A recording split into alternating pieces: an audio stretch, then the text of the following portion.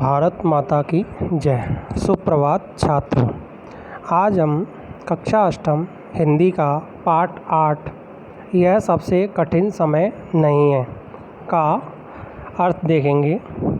आज से पहले हम इस पाठ के प्रसंग के बारे में चर्चा करेंगे। जैसे कि किसी की भी पद्यांश या गद्यांश की व्याख्या करनी होती है तो उससे पहले हमें उस पाठ का या उस कविता का प्रसंग देना होता है। जैसे प्रस्तुत पद्यांश हमारी हिंदी की पाठ्य पुस्तक बसंत में संकलित यह सबसे कठिन समय नहीं नामक कविता से लिया गया है। इसकी कवयित्री जया जादवानी जी हैं। इसमें कवयित्री ने बताया है कि यह समय कठिन नहीं है। अब हम कवयित्री ने इसमें क्या भाव व्यक्त किए हैं उसको पढ़ेंगे। नहीं, यह सबसे कठिन समय नहीं है। अभी भी दबा है चिड़िया की चोंच में तिनका और वह उड़ने की तैयारी में है। अभी भी झड़ती हुई पत्तियाँ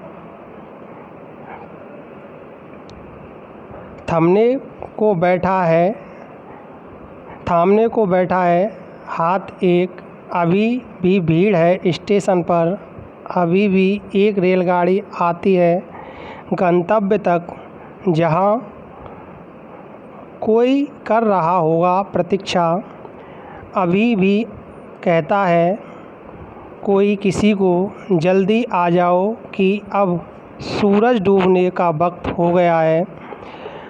अभी कहा जाता है उस कथा का आखिरी हिस्सा जो बूढ़ी नानी सुना रही सदियों से दुनिया के तमाम बच्चों को अभी आती है एक बस अंतरिक्ष के पार की दुनिया से लाएगी बचे हुए लोगों की खबर।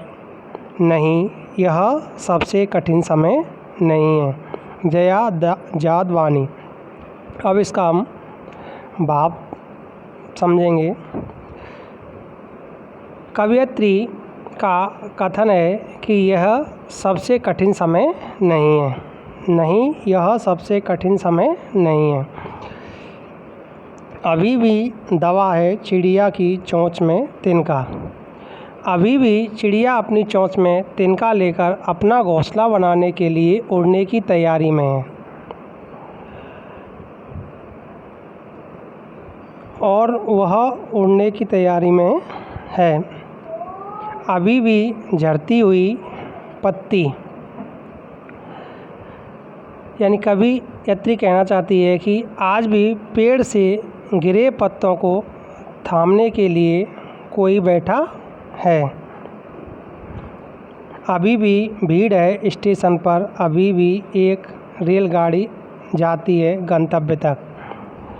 यानी अभी भी रेलवे स्टेशन पर यात्रियों की भीड़ जमा है तथा एक रेलगाड़ी यात्रियों को लेकर उनके गंतव्य तक जाती है जहां उनके चाहने वाले उनका इंतज़ार करते हैं।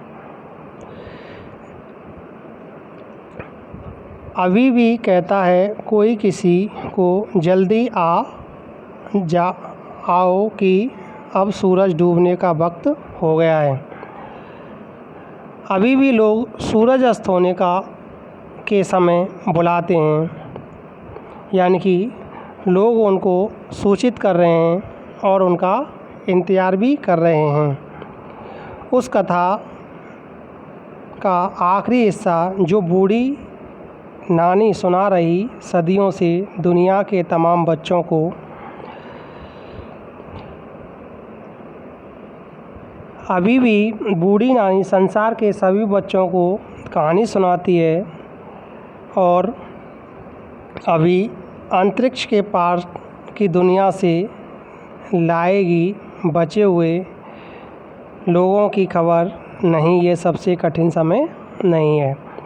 यानी कि अभी भी अंतरिक्ष के पार की दुनिया से एक बस आएगी जिसमें खतरों के बाद भी बचे हुए लोगों की खबर मिलेगी।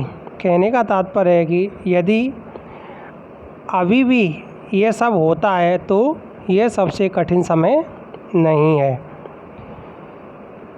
यही इसमें जो प्राकृतिक घटनाएं हो रही हैं उनमें प्रकृति अपना नित्य क्रियाकलाप कर रही है, उस प्रकार से कवि का इसमें कहने का जो मुख्य भाव है वो है कि व्यक्ति को हमेशा आशावादी बना रहना चाहिए। अगर आज कोई समस्या है तो आने वाले समय में उस समस्या का हल अवश्य प्राप्त होगा। धन्यवाद।